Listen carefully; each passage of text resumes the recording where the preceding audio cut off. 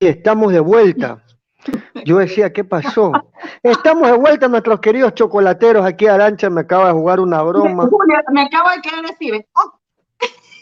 Así es. Y resulta que la broma salió para todo el mundo ahí. Pero bueno, así mismo es. Un aplauso igual para Aranchita, por favor, que no se desanime.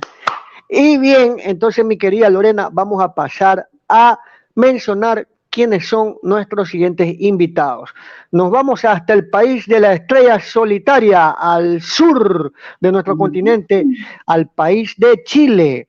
Tenemos a Karen Knack, que es kinesióloga, tiene un diplomado en inclusión en instituciones educativas, 18 años de experiencia en programa de integración escolar Valparaíso, integrante del equipo Coordinación PIE Central Valparaíso, secretaria de FUDUS.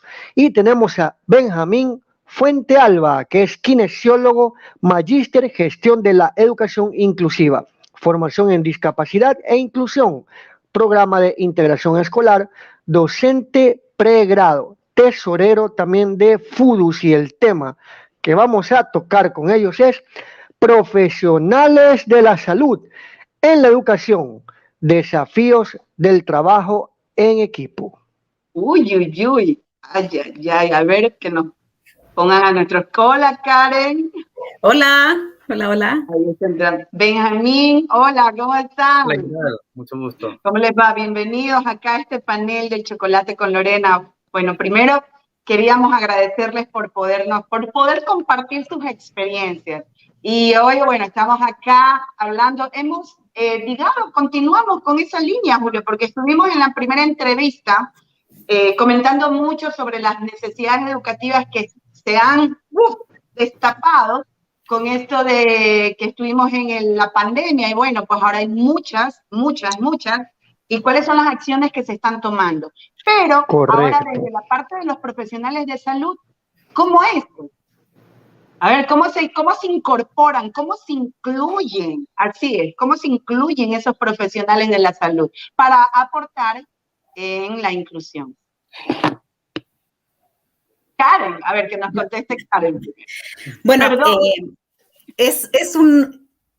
desde mi experiencia personal, un largo camino, como muy bien lo dijo Julio. Yo llevo 18 años, empecé el 2003 a trabajar en el PIE, que acá en Chile es Programa de Integración Escolar, que funciona en las escuelas públicas, es subvencionado por el Estado. Y atiende niños con ciertos diagnósticos, sean permanentes, transitorios, etcétera. Déficit intelectual, autismo, limítrofe, trastorno del lenguaje, etcétera, etcétera. ¿Ya? Y yo, a pesar de todo el tiempo, siento que igual uno tiene que seguir luchando por validarse en los establecimientos, por cambiar este paradigma con el que uno sale de la universidad, porque es un funcionario de salud. Uno hace clínica, uno rehabilita, uno mejora, y tú llegas a los establecimientos educacionales, desde prebásica a media, donde eso no sirve, porque yo no le voy a hacer clínica a los niños, ni a las niñas. Yo necesito que ellos estén lo mejor posible en sus establecimientos educacionales. Y convencer a los docentes, que son un gremio bastante complejo, diría yo, porque ellos son los dueños y señores de su sala. Y uno entra a invadir, y entra a observar, y entra a participar, y muchas veces no les gusta, se complican, creen que uno va a observar para cuestionar. Entonces, es un trabajo que, a pesar del tiempo que lleva acá el programa de integración, hay que seguir validando día a día, año a año, explicándoles de qué se trata, que los niños, increíblemente, no son los niños raros, y otras palabras mucho más complejas que aún dicen ciertos docentes, que uno dice, pero ¿cómo? Estoy en el año 2022 y todavía se refieren así. Vale la pena. Cuando tú ves que un niño que tomaste en primero básico o en prebásica ya va en cuarto medio, o que ya egresó, que me pasó justo el martes, un niño que ya egresó, está trabajando, él tenía una parálisis braquial, pero está trabajando, está bien, wow, uno dice, wow, esto ¡Qué sirve! Satisfacción! ¿Qué satisfacción sientes, Karen? Benjamín, ¿y cómo ha sido para ti? A ver, ¿cómo tú apoyas? Porque eso es, porque yo también por ejemplo, desde la profesión de ustedes son kinesiólogos, y cuando tú vas, mira la percepción que podría darse en una escuela acá en Ecuador. Acá en Ecuador te voy a decir. Digo, bueno, viene Benjamín, él es kinesiólogo y va a apoyarnos en la inclusión. Entonces te van a quedar mirando así y dicen, ah, o sea, porque es verdad, o sea, lo primero que hace la institución es decirte, ¿y usted cómo va a aportar? Porque su profesión como que no se encadena mucho, dirían, ¿verdad? No se encadena mucho con lo que hacen diariamente los maestros. ¿Cómo sería ahí, Benjamín? Sí, A ver, ¿cómo te ha ido a ti? como menciona Karen también, es un proceso muy largo y de entendimiento también de los profesores o pedagogos, ¿cierto?, que se dedican, ¿cierto?, al ámbito educacional, y nosotros desde el pregrado nos generan un conocimiento de lo biomédico, de lo asistencialista, de lo realmente en un proceso más de rehabilitación. Entonces nosotros cuando nos insertamos a este proceso más pedagógico, educativo, tenemos que extrapolar este proceso rehabilitador y aportar desde lo que nosotros hacemos como kinesiólogos, que somos un agente, un facilitador del aprendizaje a través del movimiento, mediante la kinestesia, acciones motores, procesamiento sensorial, que todo esto se une, ¿cierto?, con un proceso bastante amplio. Nosotros generamos este entendimiento a través de, o sea, por ejemplo, capacitaciones hacia la comunidad educativa, los sensibilizamos, etcétera. Entonces, creo que nuestro aporte en sí, desde lo que es un estilo de aprendizaje o ritmos de aprendizaje, como se menciona desde la neurociencia, creo que el aprendizaje kinestésico es un aporte tremendo, pero tremendo hacia los estudiantes, y no solamente con diagnóstico o necesidades educativas especiales, sino que para todos los niños, desde la prebásica o desde antes, un proceso de estimulación, para que los niños puedan ser parte dentro del aula y fuera de ella. ¿Sí? La comunidad educativa en sí no solamente es el aula, sino que cuando trabajamos colaborativamente, queremos que el niño pueda generar un acceso, una participación y un aprendizaje integral, principalmente desde esa perspectiva. Muy bien.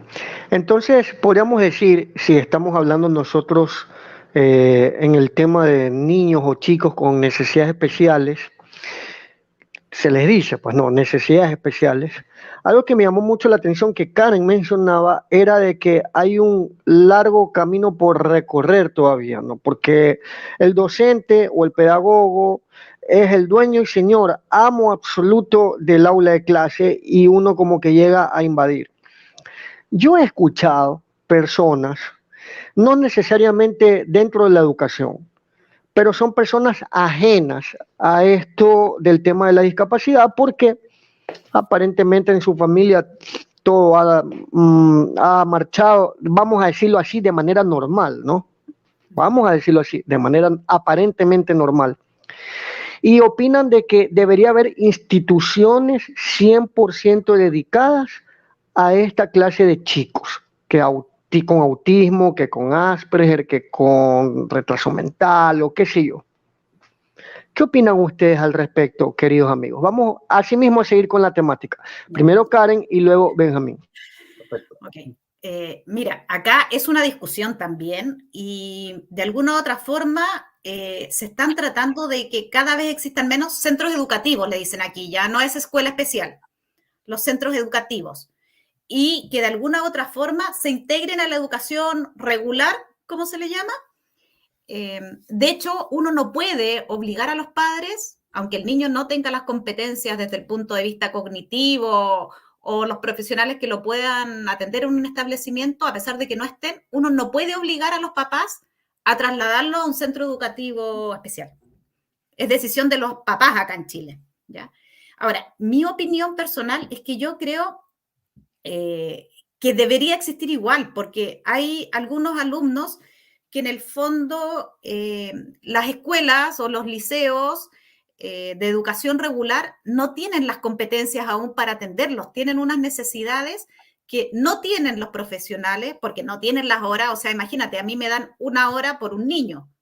Eso no está normado en todo caso, pero acá lo decían así. Yo recorro 16 establecimientos en una semana.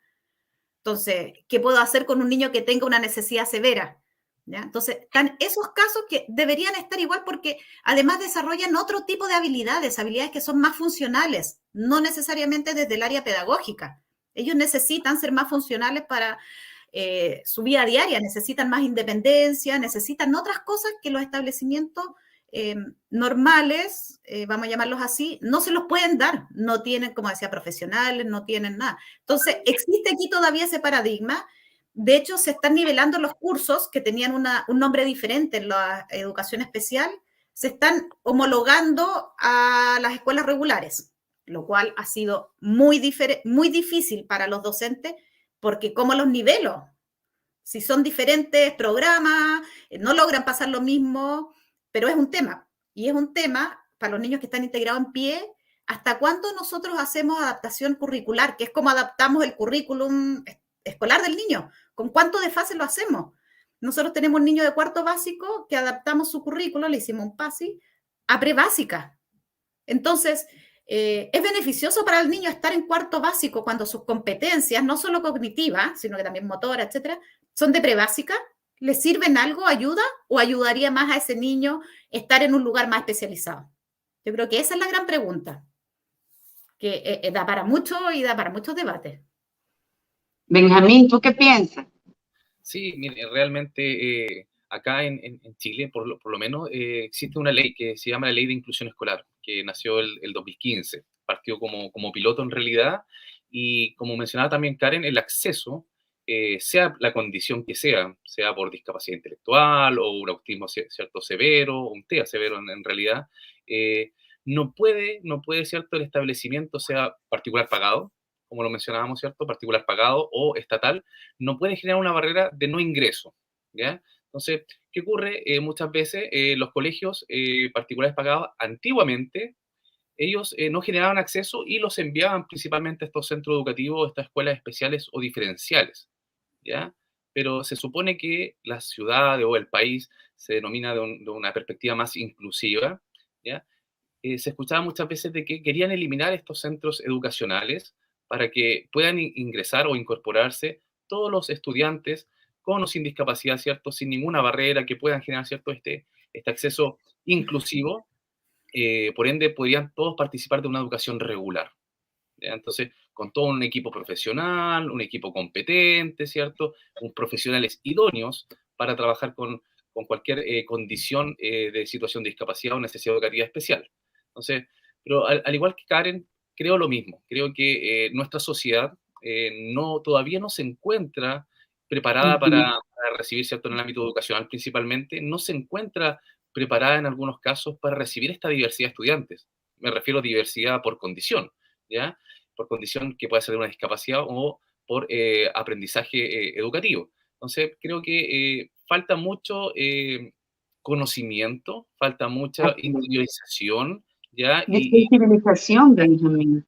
Sí, falta mucha práctica para trabajar con estos tipos de estudiantes que no es fácil, no es fácil porque muchas veces desde el ámbito pedagógico, los docentes principalmente entregan esa facilitación de aprendizaje, pero por otro lado, si no hay un profesional idóneo, competente, que le va a entregar la funcionalidad para que pueda desempeñarse de forma efectiva dentro de la comunidad educativa. Entonces, yo creo que está ese paradigma todavía de que, chuta, ¿cómo lo hacemos? Vamos por acá, ¿cierto? Hacemos un acceso liberado o principalmente podemos complementar este tipo de educación. Creo que ahí... Ajá. Benjamín, y dentro de eso está el deseo del papá. Porque si tú te pones, o sea, lo que decía Karen, o sea, está el deseo del papá, la expectativa del papá. El padre quiere una educación normal. Integral. O sea, Karen quiere mencionar algo, démosle la pauta. Perdón, ya. Sí, es que, bueno, un poco iba a ser otra cosa, pero antes de aclarar lo que tú pasa, muchos papás llegan a la educación regular con estas altas expectativas, entonces también es misión de nosotros como el equipo, porque uno no trabaja solo, uno trabaja con todo lo que yo te nombré, con las educadoras, con psicopedagogos que a veces hacen el rol de educadoras diferencial, con fono, con terapeuta ocupacional, con psicólogo, etcétera, etcétera. Parte de nuestro rol es un poco que los papás, los apoderados, vivan este duelo y acepten y vean que su hijo o hija va a estar mejor en el otro centro educativo porque es lo que él necesita, ¿ya? Pero un poco, volviendo a lo anterior, la experiencia, acá en Valpo hay escuelas que son regulares y con cursos especiales dentro de ellas, ¿ya? Es como que tienen las dos cosas, pero finalmente uno, ¿qué ve? ¿Sí? Estos cursos especiales salen a otra hora de recreo, tienen otros profesores, tienen equipo especialista, entonces igual todo están equipo, el apartados. almuerzo, exacto, entonces O sea, están en están la en el misma mismo escuela, edificio, pero están en secciones diferentes, con exacto, horarios diferentes. claro, porque además existe el temor, si salen todos juntos, a lo mejor los otros niños los botan, los empujan. Todavía existe un poco lo que decía el Benja, falta todavía mucho. Entonces yo digo, ¿para qué? O sea, están juntos, pero en el fondo muy separados, todavía falta ahí que trabajar. Esa misma realidad de ustedes es la que se vive acá en Ecuador. Y sabes que creo que se la vive en el mundo, Karen. Porque nosotros decimos, bueno, España tiene estas escuelas, digamos, ordinarias donde dentro, así como te dicen, dentro de ellos está un aula como de recursos, que le llaman ellos, y hacen la combinación. Creería yo que es un poco lo más acertado. Por ejemplo, mira, yo propongo acá, ¿qué es lo que yo propongo? Yo propongo tener una educación combinada, pero separando tus objetivos. ¿A qué me refiero? Que si los chicos tienen, por ejemplo, el autismo severo, chicos, ustedes que están también en este medio, hay ciertos como retrasos a nivel de cognitivo que no están al nivel de los chicos en cuanto a alguna competencia curricular. Entonces tratamos de qué? De elegir o digamos o de poner las actividades como primordiales, fundamentales que van a tener dentro de un aula escolar. Para mí lo primero es la interacción social. Para mí esa es la primera, la interacción social y la comunicación. Y de ahí el tema ya del fortalecimiento en sus competencias, eso ya lo tienen que hacer, por ejemplo, acá se llaman equipos de DESE, que son como departamentos de psicología que ustedes también deben de tener dentro de las instituciones. Pero hay mucho papeleo, Benjamín, no sé cómo sea allá, o sea, se pasan, escribe. Entonces nunca vamos a romper nosotros los paradigmas porque seguimos escribe.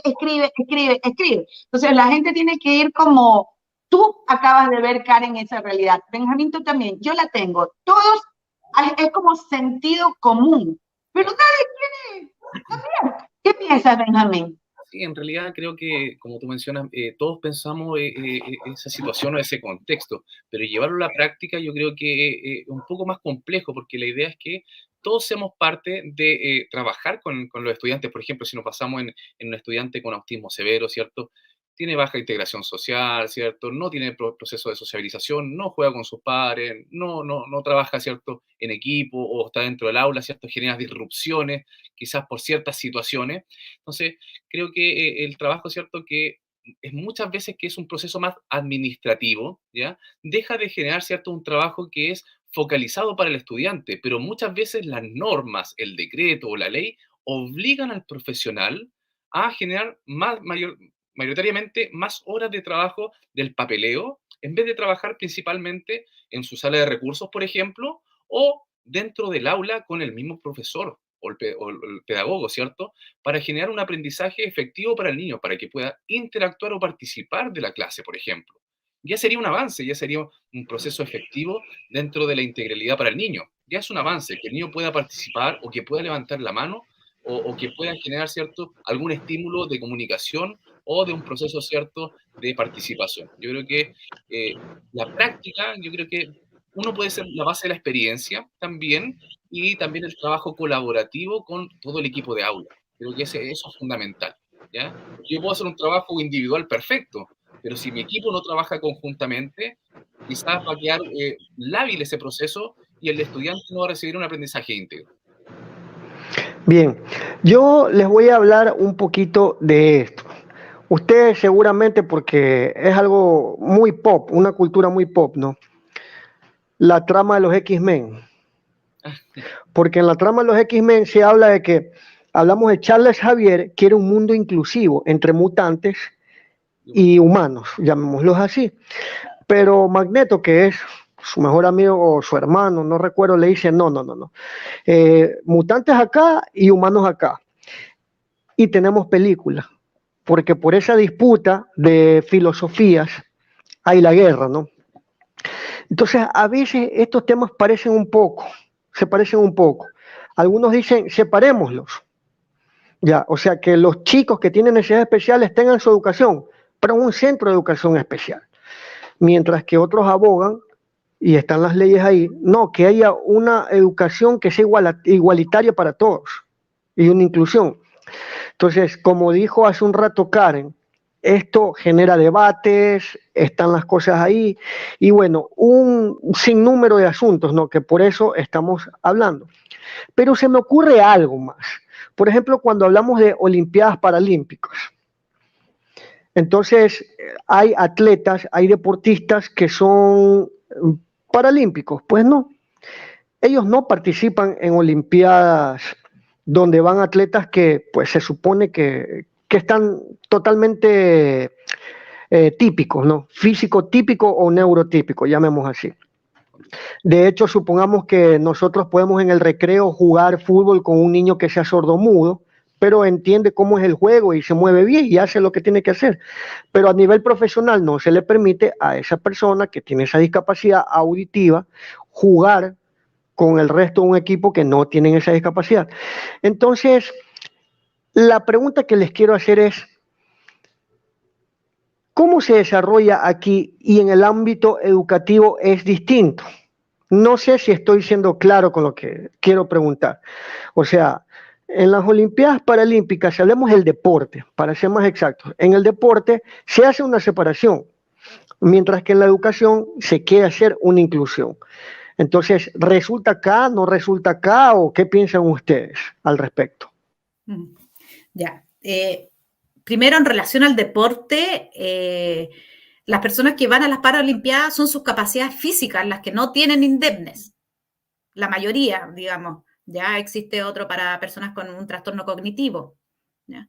Pero que también lleva alterado otras cosas, equilibrio, coordinación, por lo tanto, eso hace que su capacidad física se vea alterada y está en desmedro de la persona que tiene todas sus capacidades indemnes, ¿ya? En cambio, en educación, bueno, yo lo dije, yo creo que hay ciertos niños o niñas que deberían ir a un centro educativo por sus necesidades que son mucho más específicas.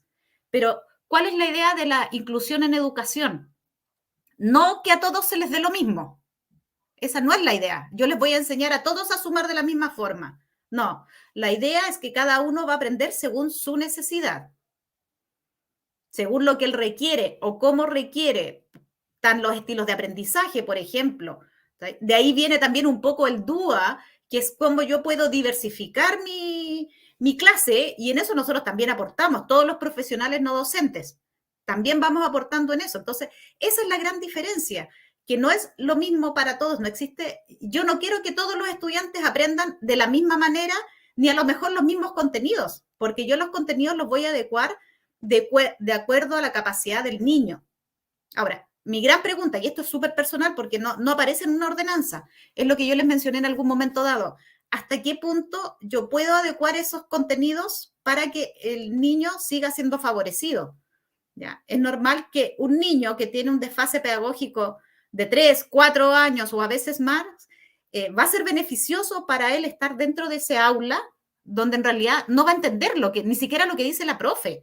Entonces está 1 hora y media sentado, porque aún las clases se hacen sentados, mirando todos al frente al pizarrón, va a estar 1 hora y media sin entender nada. Es ahí donde nos cuestionamos. Imagínate, sin entender, y en muchas ocasiones que son colegios privados, estás pagando. O sea, porque tú lo ves desde ese punto. Benjamín, ¿qué piensas tú también en ese tema? Está muy buena la pregunta en realidad de Julio. En realidad yo veo desde la perspectiva del deporte que es más una competencia, es algo competitivo, a diferencia de la educación, que uno quiere generar un conocimiento y un aprendizaje. En este caso puede ser niño o adolescente que está en un proceso de desarrollo. Si nos basamos en las actividades paralímpicas, por ejemplo, atletismo, ¿ya? Podríamos incorporar a todos o quizás no, pero podríamos generar un proceso más integrador, asistencialista, de decir, oye, tenemos una persona neurotípica, puede ser, o persona sin condición, y al lado una persona en silla de ruedas, y al otro lado una con bastón. Entonces, ¿qué vamos a generar? Vamos a generar una adaptación, pero quizás lo más probable es que no logre ganar, porque es una competencia. Quizás la persona que tenga ninguna condición va a ganar sin ningún problema, sin ninguna barrera. Podemos generar la adaptación, sí, ¿ya? Pero siempre va a ser el mismo ciclo. A diferencia, si nos vamos al ámbito educacional, si, como mencionaba bien Karen, utilizamos el diseño universal del aprendizaje, desde la base neurocientífica, utilizamos, ¿cierto?, un modelo ecológico o inclusivo de educación, podemos generar un aprendizaje por necesidad de estudiante. O sea, si este estudiante que es sordo, utilicemos un intérprete de lengua de señas. Utilicemos medios, ¿cierto?, visuales, ¿ya? Por otro lado, si tenemos un estudiante ciego o baja visión, utilicemos sistema braille, utilicemos metodología auditiva, ¿ya? A nivel de sensaciones táctiles. O sea, podemos generar un proceso de aprendizaje, pero no en competencia, sino que en un aprendizaje, ¿cierto?, de conocimiento. Y eso claramente se diferencia mucho en lo que es el deporte, principalmente desde mi perspectiva. No, y déjame Sí, decirte, hermosa esa mejor, perspectiva. y mejor no se lo puede explicar, más claro no cantó un gallo. Entonces, es verdad, es real, porque la problemática en las sociedades, tanto chilena, ecuatoriana, lo mismo argentina, paraguaya, española, en todas partes, como dijo Lorena, es un problema a nivel mundial, es eso, ¿no? Creen que el alumno que va a recibir clases en realidad también están preparándolo para una competencia, que es la competencia de la vida, ¿no? No es que tú, cognitivamente hablando, tienes que ser el mejor porque tienes que triunfar. Y realmente, ¿a qué nos están enseñando entonces? Y ahí es donde valen las palabras de ustedes. A ver, Lorenita. Y esto del diseño universal que decías, Karen, Benjamín, es algo hermoso. Te cuento que acá en Ecuador también está dentro de una norma, pero la gente no lo entiende, así de sencillo. ¿Sabes qué? No lo entiende. Por eso te digo, a veces esto creo que también es como sentido común. Y yo veo mucho el problema es en la familia también, Karen. ¿Sabes por qué? Porque es la expectativa del padre. Te lo digo, yo soy madre de una persona con autismo severa. Entonces es ese deseo del papá, de la mamá, de tener a su hijo en un entorno educativo como ellos lo tuvieron. O sea, pensémoslo así, como ellos lo tuvieron y como es lo que quisieran para sus hijos. Y ahí es donde luchamos muchísimo. La cuestión es que sensibilizar. Creo que vamos a pasar, Karen, me voy a morir yo, te vas a morir tú, Benjamín se va a morir, Julio se va a morir, y seguirán hablando de este tema. Eso te lo puedo decir. O sea, este tema seguirá hablándose por el resto de la vida, de lo que quede de vida del sistema como tal. Y vamos a... Bueno, realmente yo pienso que no tanto, ¿no? O sea, seguirán hablando, pero sí se irán implementando reformas, sí, porque la historia lo demuestra, siempre se han implementado reformas porque se han visto necesidades. Por ejemplo, alguna vez hubo un sistema feudal, ya, y entonces los trabajadores eran esclavos y no tenían derecho. Ahora no existe eso porque sí hicieron reformas. Entonces hubo gente que sí luchó y todavía se sigue luchando porque hay todavía personas mal pagadas. Entonces lo mismo pasa acá. Así que yo tengo fe de que nos moriremos y no sabemos hasta dónde vamos a llegar en la lucha, es una cosa, pero algo se ha de lograr. Bueno, mira, yo sigo, Karen, Benjamín, yo sigo luchando. Yo sigo luchando y voy a seguir luchando hasta donde, como dice acá, el cuerpo resista, ¿no? Pero bueno, en fin, eso ya igual, seguiremos en esta lucha. Ustedes también desde su trinchera también lo hacen. Karen, un mensaje, pero que tu mensaje llegue al corazón. A ver, ahí vamos a ver, que llegue al corazón de las personas que ven este programa. Yo siento y estoy segura que la inclusión, como lo decían, es un largo camino, es un camino largo, pedregoso a veces, porque uno tiene que ir constantemente, como tú decías, conversando, hablando, convenciendo, pero finalmente es algo hacia donde vamos. Yo siento que se ve la luz, como se dice, al final del túnel. Como decía Julio, se han ido haciendo reformas, se trata, uno reclama, no es lo mejor, no existen los recursos, siempre podría ser mejor. Pero cuando yo veo niños con diferentes diagnósticos, autismo, antes con suerte había autismo nivel 1, ahora en algunos establecimientos tenemos nivel 2, incluso nivel 3, y les ponemos un asistente para que el niño esté bien. Cuando veo una persona con dificultad ceguera visual, auditiva, o una niña en silla de ruedas que se tituló y está de asistente de párvulo, o una persona en silla de ruedas, una estudiante, ahí uno dice sí se puede, a pesar de que los profes digan que tienen agobio laboral porque tiene un niño con alguna necesidad diferente, etcétera, etcétera. Uno ahí dice se puede y vale la pena. Y si yo llevo 18 años en el sistema público es porque creo desde el fondo de mi corazón que se puede producir un cambio y que se va a lograr finalmente. Eso, vamos para allá.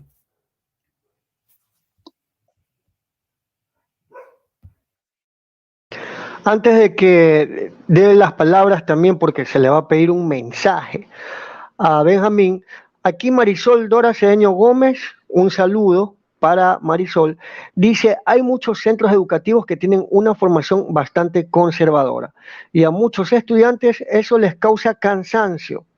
Son muy repetitivos, no incentivan a estudiantes a desarrollar más su intelecto. ¿Qué opinan al respecto, queridos amigos? Benjamín y Karen. Vamos a darle la oportunidad a Benjamín primero y luego Karen. Sí, por supuesto. Creo que es una gran pregunta la que mencionas, más que pregunta, ¿cierto? Es como queriendo decir lo que ocurre hoy en día también en los centros educacionales, que muchas veces pueden pasar desde una perspectiva de horarios también para los estudiantes, como mencionábamos en el comienzo, en lo que es pandemia, lo que fue pandemia, ¿cierto? Para los estudiantes estaban en casa, posteriormente vuelven a un sistema, ¿cierto?, educativo completo o de una jornada escolar un poco más excesiva, y los estudiantes se cansan principalmente por el tiempo de tantos contenidos y tantos conocimientos de distintas asignaturas, levantarse temprano, llegan tarde, juegan poco. Eso creo que es un factor muy importante de socialización del juego, ¿cierto? Del movimiento, de la actividad física, de las relaciones interpersonales. Y estar sentado, escuchando, ¿cierto?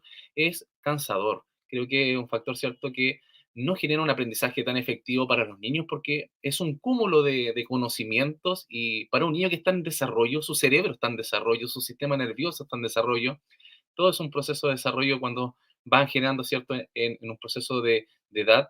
Creo que es muy importante canalizar eso en los centros educativos, de generar ciertas quizás momentos dentro de la clase, hacerlo un poco más didáctico a través del juego, de trabajo en grupo, de un modelo ecológico que mencioné, sacarlos al entorno, quizás al patio en algún momento, fuera del centro educativo, y desde ahí, ¿cierto? El niño va a generar mayores experiencias y así mayores aprendizajes. Creo que eso podría beneficiar bastante tanto al centro educativo, a los docentes en su práctica educativa, al estudiante y sus familias en su entorno.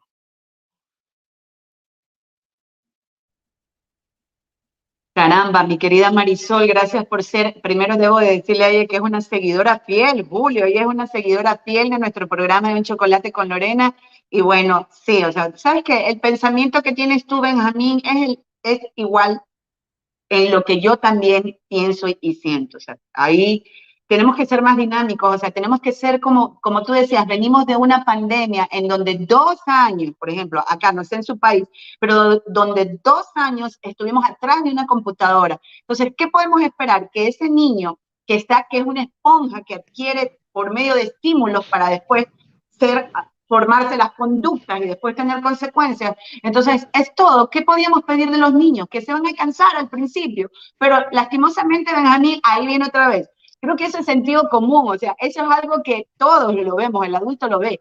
El adulto lo que tenía que haber hecho, o digamos las escuelas debían haberse preparado en temporalizaciones para poder ir haciendo esa reinserción nuevamente al campo educativo, que sea amigable, como lo decías también en algún momento, Cara, que sea lindo para el niño, porque el niño se cansa. Pero nadie pensó en el niño. Siguen pensando como adultos. O sea, las cabezas principales de una institución son que piensan como adultos, tienen una escuela, pero nunca se ponen en la posición de los niños. No sé si les pasará a ustedes. Jamás se ponen en la posición de los niños. Jamás los veo jugar como un niño.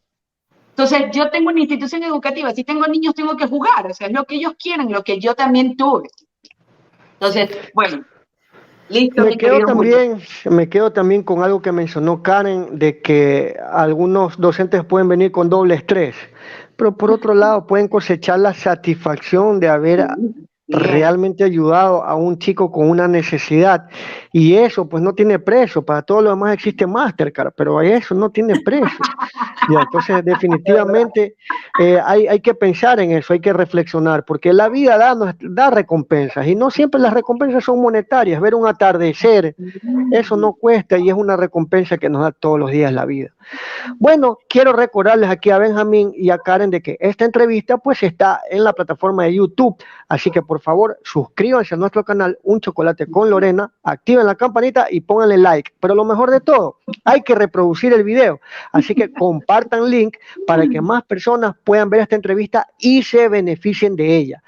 Tenemos una sorpresa más. Aranchita nos va a poner en pantalla las frases de la semana pasada. Aquí tenemos a 3 padres que son papitos de chicos con autismo. Y ellos dicen lo siguiente: para una correcta inclusión hay que quitar mitos sobre los niños con TEA, como de que muerden, de que agreden, de que no pueden controlarse o es culpa de los padres. Hay que instruirse primero y darles el mismo derecho que todos. María Córdoba.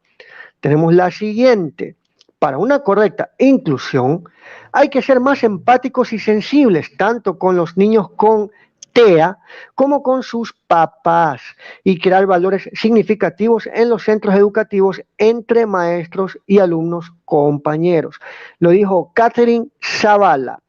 Y para una correcta inclusión no pedimos preferencias ni trato especial para nuestros niños con TEA, solo un trato igual como todo niño. Lo dijo Iván Coral. Todos ellos son papitos de aquí de Ecuador. ¿No hay más frases, Aranchita? Parece que no. Bueno, recordarles también de que esta entrevista también está en Un Chocolate con Lorena, en la red de Facebook, y también en Centro Psicoeducativo Isaac en su red de Facebook. Así que ahí también la pueden compartir. Agradecemos mucho a Benjamín Fuentealba, también a Karen Nack, porque hemos tenido nosotros hoy una enriquecedora entrevista y esperemos tenerlos en una próxima oportunidad. Un saludo muy grande para todos nuestros chocolateros de allá de Chile y para todos de América Latina y de Europa que han visto esta entrevista, y de Estados Unidos y de todos lados. De Purus, Julio, ellos son de Purus, donde está Daniel. Por supuesto, por supuesto. También, entonces, no un abrazo muy grande para todos los de Purus, y la verdad que hay que seguir con este empeño. Agradecemos a Arancha Padrón también, que ha estado en los controles, y por supuesto agradecemos al Centro Psicoeducativo Isaac, y también vamos a agradecer pues a Creative Space Producciones. Tenemos algo, no se ha olvidado. Lo que pasa es que Aranchita está muy interesada en que Bellan y Karen hablen del curso de la semana que viene. Por ahí se fue justificando que al principio dice que ella no había hecho nada, sino que fue el sistema, le echa culpa al sistema. Bueno, háblenos del curso, pues, Benjamín y Karen, de la semana que viene. Sí, bueno, primero que todo, muchas gracias por la invitación. Es muy cálido, ¿cierto?, este proceso de entrevista. Ustedes muy simpáticos también, de verdad, muy agradecido. Bueno, y en realidad, para el curso de la próxima semana que tenemos nosotros como Fundación Kinesiológica del Funcionamiento Humano e Inclusión FUDUS, es un curso que es una segunda versión de la elaboración de un informe kinésico en el contexto escolar para todos los profesionales kinesiólogos, ya que se están formando o están ingresando, ¿cierto?, incorporando al ámbito educacional, quizás por primera vez, o como lo mencionábamos anteriormente, un tema más clínico que viene el rehabilitador. Queremos sacar ese paradigma, ¿cierto?, tan rehabilitador, tan biomédico, sino que queremos llevarlo al tema, ¿cierto?, educativo, pedagógico, en donde nosotros tenemos que generar, ¿cierto?, este aprendizaje para los estudiantes, ¿ya?, para que puedan desenvolverse plenamente en sus centros educacionales, ¿ya? Así que todos muy bienvenidos, ¿cierto?, y agradecidos de compartir en su plataforma nuestros cursos, capacitaciones. No, por supuesto. ¿Qué día es? ¿Qué día de la próxima semana? Y a la hora, y en todo, y en dónde se inscriben, en dónde los siguen. Karen, ahí pero si a mí se me olvida todo. Ya. Es como Doris. No, pero sé que es el 10. Es el miércoles 10 de agosto. El miércoles 10 de agosto. Miércoles 10 de agosto. El 10 de agosto. Desde las 19 horas a las 22 horas chilenas, ¿ya? En la plataforma Zoom, y ahí vamos a estar los 4, ¿cierto?, profesionales que compusimos, ¿cierto?, esta fundación. Así que, en las redes sociales, Facebook e Instagram, pueden buscarnos y ahí aparece toda la información. En el Facebook y el Instagram, ¿de dónde? De FUDUS. Muy bien. Quería hacerles un pequeño alcance a Marisol, que hizo la pregunta. Por favor. Que yo siento que lo que hay que cambiar es un poco lo que yo decía, incentivar el desarrollo intelectual. Nosotros somos un ente completo, un ser completo, no es solo intelectual.